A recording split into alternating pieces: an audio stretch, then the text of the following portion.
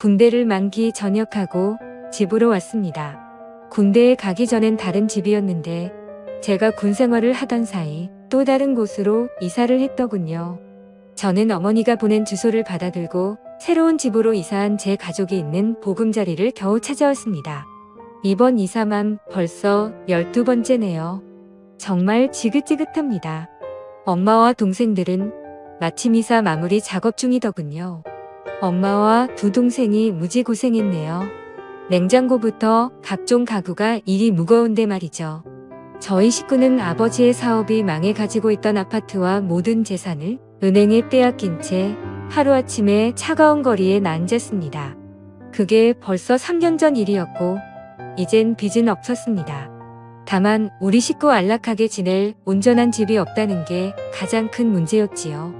마침 오늘은 아버지의 기일이기도 했습니다. 아버지의 기일이자 저의 만기 전역 날이었지요. 그런데 집에 오자마자 소란스러운 소리가 들렸습니다. 바로 주인댁 아저씨였습니다. 얼굴을 보니 인상부터가 상당히 험악했지요. 별로 마음에 들진 않았습니다.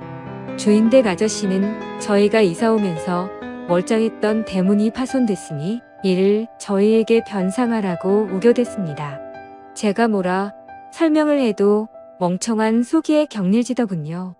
그것도 아무런 증거도 없이 막무가내로 우리에게 덮어씌우니 참으로 답답했습니다. 원래부터가 이랬는데 말이죠.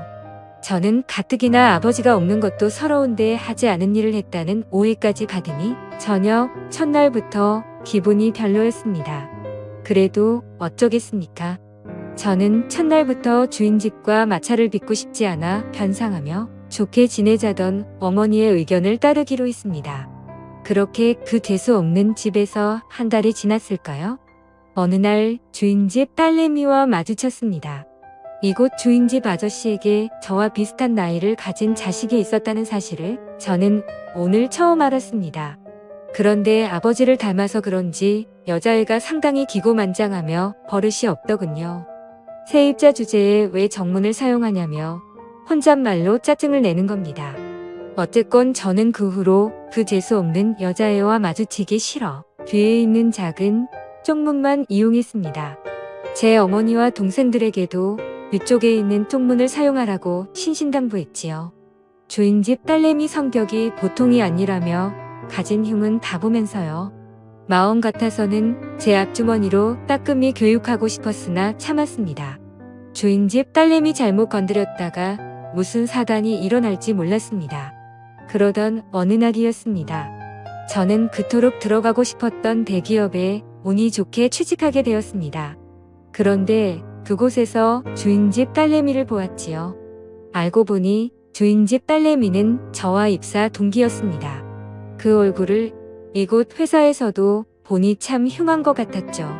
얼굴을 이곳 회사에서도 보니 참으로 재수가 없었습니다. 어찌건 저는 그곳에서 윗사람으로부터 출중한 능력을 인정받아 계속 예쁨과 귀여움을 받았습니다. 그런데 첫 회식 날 예상하지 못한 대형 악재에 휩싸였지요. 주인집 딸내미가 신입사원 환영식이자 첫 회식 자리에 모인 이곳에서 그곳도 회사 사람들이 보는 앞에서 제가 자기네 집 세입자라며 저를 놀리듯 마구 빠대는 겁니다. 그 일로 저를 보는 회사 사람들의 인식은 크게 달라지지 않았습니다. 요즘이 어떤 세상입니까?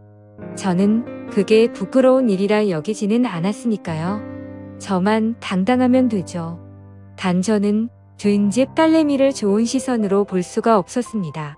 그래서 다음날 퇴근하던 길에 주인집 딸내미에게 어제 일을 사과하라며 집요하게 물고 늘어졌습니다.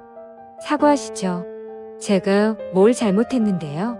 정말 그쪽 아버지를 닮아 양심이라고는 조금도 없는 몹쓸 여자군요. 인성이 차마 이 정도일 줄은 몰랐습니다. 제 아버지를 왜 욕하세요? 진짜 쫓겨나고 싶으세요? 그 돈으로 갈 데도 없을 텐데.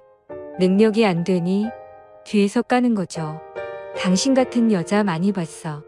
실력은 없는데 질투는 많고 열등감은 높지. 게다가 밝히기는 얼마나 밝힐까. 제 말을 듣고 있던 주인집 딸내미는 제 말에 화가 났던지 손을 치켜 세우며 저를 때리려고 하더군요. 저를 보는 그 눈빛이 얼마나 매섭던지 소름 끼쳤습니다. 엄마도 저는 때리지 않고 어려서부터 오냐오냐 키웠습니다. 그런데 집 하나 있다는 이유로 손을 치켜 세우며 저를 때리려고 하니 저는 주인집 딸내미 손목을 붙잡고선 그저 거만하게 웃었지요. 그러자 주인집 딸내미가 이건 오우라며 화를 내더니 급기야 제 얼굴에 침까지 뱉는 겁니다.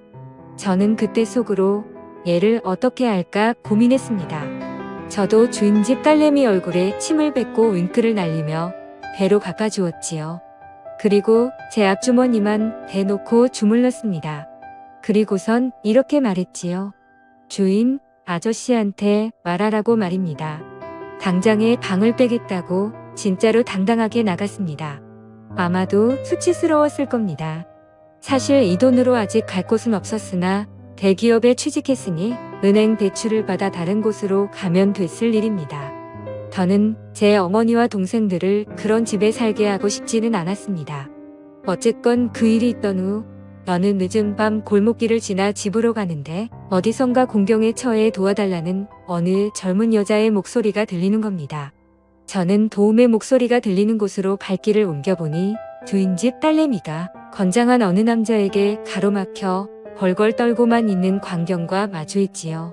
저는 주인집 딸내미를 외면하고 싶었으나 미운 정도 정이라며 그냥 지나칠 수가 없어 무슨 일이냐며 모른 채 성큼성큼 다가갔습니다. 주인집 딸내미 말로는 얼마 전 지인 소개로 만나게 된 남자인데 최근까지 연락처를 주고받으며 지내다가 며칠 전 직접 만났는데 막상 만나보니 별로라 그만 보자 했다가 이런 동변을 당하게 되었다고 듣게 되었습니다. 저는 그 남자에게 아무런 사이도 아니면 그냥 갈 길 가라는 소리만 듣게 되었고 저는 마지못해 이 여자와 결혼을 약속한 약혼자라고 거짓말하다가 경찰에 신고하기 전에 꺼지라는 경고까지 날렸습니다. 그렇게 주인집 딸내미는 저희 도움으로 위기에서 벗어났고 그 일이 있던 후 저와 그녀는 회사에서 부쩍 가까워졌습니다. 그래도 서먹하기는 마찬가지였죠. 그러던 어느 날이었습니다. 퇴근하려는데 붉은 소나기가 내리더군요. 주인집 딸내미는 우산을 챙겨왔는데 저는 우산이 없었습니다. 그래서 비가 그칠 때까지 기다렸다 가려는데 간 줄로만 알았던 주인집 딸내미가 저에게 다가와 우산이 크니 같이 쓰고 가자더군요. 저는 없는 살림에 돈을 아끼려고 우산 사는 것도 자제하려고 했었거든요. 어쨌건 저는 주인집 딸내미와 우산을 쓰고 지하철역까지 가는데 그래도 조금은 떨어져 걸었습니다. 그런데 자꾸만 한쪽이 비에 맞더군요. 주인집 딸내미도 한쪽이 젖기는 마찬가지였습니다. 그렇게 우리는 지하철역까지 간신히 왔습니다. 그런데 한쪽이 젖은 주인집 딸내미를 보니 은밀한 옷이 다 보이는 겁니다. 저는 낯뜨거워 시선을 자꾸만 내리는데 이런 저를 보며 주인집 딸내미가 웃더군요. 귀엽다면서요. 어쨌건 우리는 지하철을 타고 집으로 왔고 그 일이 있던 후 우리는 출근도 함께하고 퇴근도 함께하는 친구가 되었지요. 어쩌다 보니 그렇게 되었습니다. 그래도 주인집 딸과 세입자 아들이란 점은 변하지 않았습니다. 어느 날 주인집 딸내미가 술이나 한잔하자더군요. 그러면서 어느 정도 술이 들어가니 호프집에서 저에게 이러는 겁니다. 주인집 아저씨한테 우리 엄마만 욕먹지? 너 되게 비겁하다. 겨우 그런 일요? 그러는 넌 나 만날 수 있어? 나 처음부터 싫어했잖아. 아니야. 사실은 좋아했어. 좋아해서 그랬던 거야. 진짜야? 바보. 사실 너 같은 남자는 처음이야. 뭣도 없는데 당당하고 자신감 있는 남자 말이야. 그러면서 주인집 딸내미가 뭔가 수줍은 듯 어필하는 시선을 보내네요. 저는 순간 고민했습니다. 저희 엄마가 주인집 딸내미를 되게 싫어했거든요. 그래도 엄마를 설득하면 될 일이니 어쨌건 주인집 딸내미와 술을 연신 마셔대면서 술에 취해갔습니다. 결국 주인집 딸내미를 데리고 연인처럼 대화를 주고받고 서로가 서로에게 빠져들어갔죠. 그날 이후에 저는 그곳에 살고 있는 주인집 딸내미와 또 우리는 어른들은 모르게 몰래 만남을 계속 이어갔고 급기야 서로가 좋아 결혼까지 약속하게 되었지요. 그리고 우리 둘의 사이를 주인집에 까발리던 날 저는 주인집 아저씨에게 이렇게 말했습니다. 그때 이 집으로 이사 왔을 때 대문 망가뜨렸던 거 저 아닙니다. 오래전 일이지만 그래도 사과는 하시죠? 주인집 아저씨는 어처구니 없다는 얼굴로 저와 저희 어머니만 보았으나 사과하라는 자기 딸을 성화에 맞지 못해 정중히 사과하시더군요. 그 후로 저희는 다른 곳으로 이사했고 저는 주인집 딸내미와 결혼해 봉천동에 있는 어느 빌라에서 행복한 신혼을 보내고 있습니다. 제 사연을 읽어주셔서 감사합니다.